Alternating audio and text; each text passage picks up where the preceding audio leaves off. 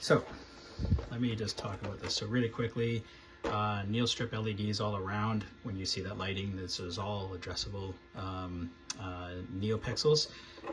There's gotta be about, I think in total, 30 pixels between these lights here and the down lights and the rear tail lights and whatnot. Everyone is addressable. I've got them all hooked up to a microcontroller. I'll show you that in the box there in a second. And they're all controlled with C code and tied to 2 channels on the transmitter.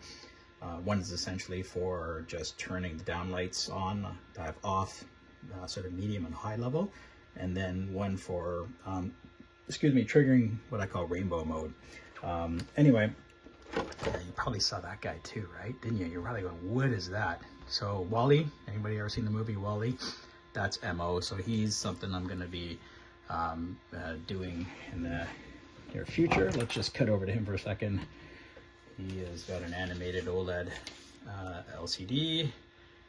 So anyway, I'm going to probably put him inside there. Got a little servo there. Got to do some more work, but probably hook him up to a gyro and maybe even a speaker. Toying around with this little speaker back here that maybe does some sort of like screams.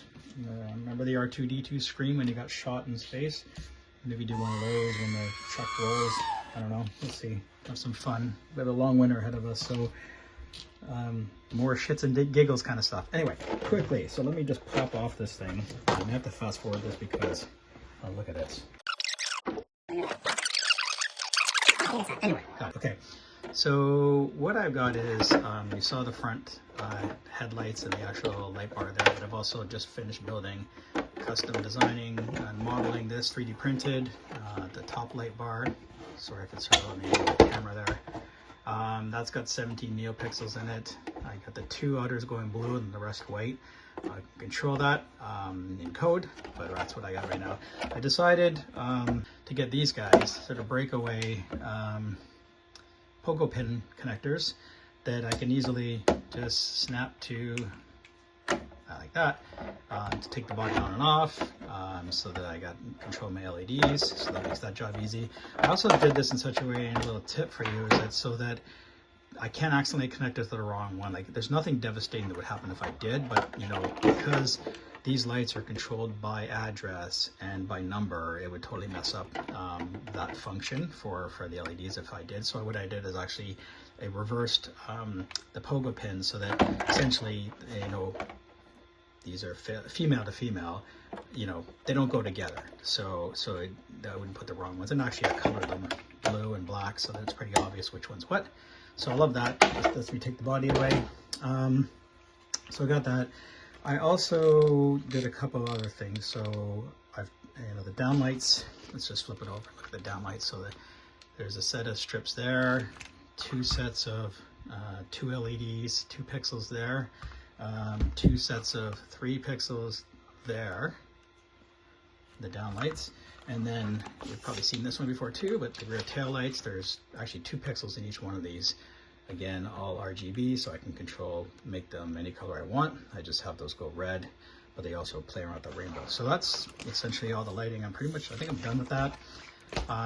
Check my channel, because I have a lot of videos, a number of videos I've done. I've talked about this, the box and the controller inside. I'll pop up a picture on that. Basically all the business in there. I have a whack load of, you know, GPIOs here going out to these NeoStrips. You can see a lot of cables here, probably 7 or 8. I don't know, I'm not counting of those. So that's silicone sealed everything. So I waterproof tested this box. That is not my box design. Check the description. I've got details in there and where you can get that. This is actually really awesome on Maker World. There's people that create this stuff. They're parametric. You actually went to a website. I can enter my own parameters, and it generated this box for me. I did do some modifications, like I modified and added these port outs, if I can call them that, for, you know, being able to silicone seal these wires in with, and I custom designed these as well. But the box is not mine, so I can't take credit for that. But I loved it so much, I had to have it. Anyway, yeah. So that's there. This guy, you probably saw it, but it is a little LCD controller that I have, or OLED, sorry, that I use to just honestly, it's really just, again, more shits and giggles. It just tells me the status of the controller. All the lights are on right now. It shows that. If I do, oh, of course, it goes to some funky eyes there, just to show a little personality. And if I turn on rainbow mode, the lights, it goes into showing a rainbow. So again, it's just more status.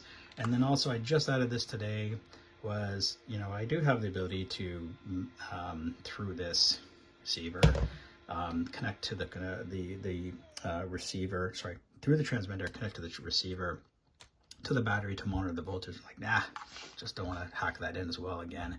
So I just built this guy. It just shows me a quick status, so I can just reach down to the rig when we're out crawling, check the battery status with a push of a button. I didn't want it on all the time because I don't want it drawing any power, unnecessary power. Yeah, I get it, my LEDs do, but I've checked that as well.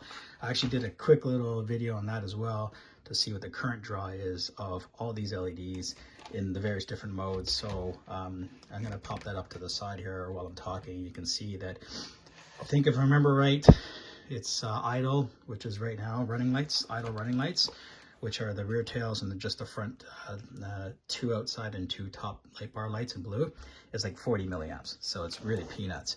And if I go all out night crawling on high mode with this guy, it's like 650, 700 milliamps. So, you know, shy of an amp. You know, that will draw down the batteries, but I do have 3 cells that I carry with me. So, and I've actually been out once so far with this, and, you know, it did have an impact, obviously, but it was minimal. So I'm not worried about it being a big drain on the LiPo. What else?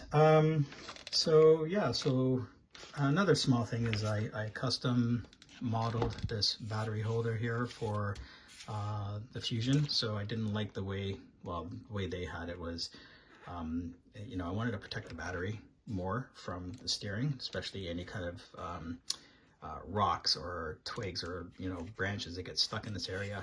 I wanted to protect that. I wanted to protect the balance charger from that area. So I just modeled this guy for the battery to fit in. A quick tip for your batteries as well. I don't know if anybody else knows this one, but just thought about this with some good heavy duty Gorilla Tape around the battery. That way I can pull it in and out really easily when I'm putting it in and out there. So I did that as well.